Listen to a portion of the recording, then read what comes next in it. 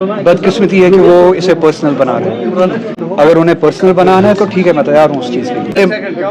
मुझे इन बातों का जवाब दे। पर्सनल लड़ाई बाद में लड़ेंगे, यहाँ पे फुर्सत नहीं है पर्सनल लड़ाई लड़ने की। ये कश्मीर जो है इस वक्त एग्जिस्टेंशियल क्राइसिस से लड़ रहा है। हमारे इतने बड़े मामलात हैं जो किसी के पर्सनल ईगो से बहुत बड़े हैं।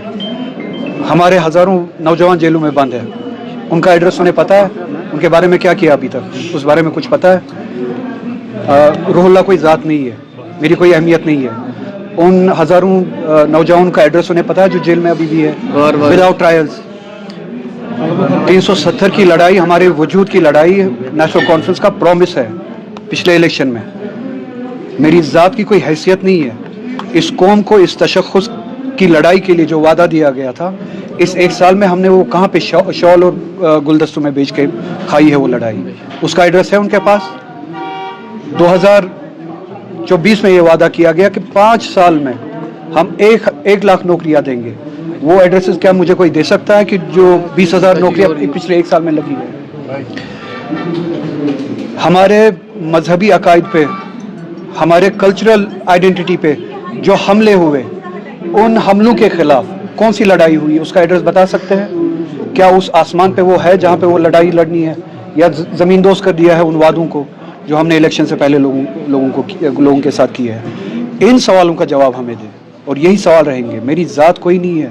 अगर किसी को अपना ईगो इशू बनाना है, वो मैं उस लेवल पे भी लड़ूंगा, मगर मेरी ज़ात की कोई इंपॉर्टेंस ही नहीं है। रूहुल्लाह की ज़ात की कोई इंपॉर्टेंस नहीं है, किसी और की ज़ात की कोई इंपॉर्टेंस ही नहीं है। इंपॉर्टेंस है उस उम्मीद की, उस एजेंडा की, उस रिस्पॉन्सिबिलिटी, उस मैंडेट की जो लोगों ने हमारे हाथ में दिया है।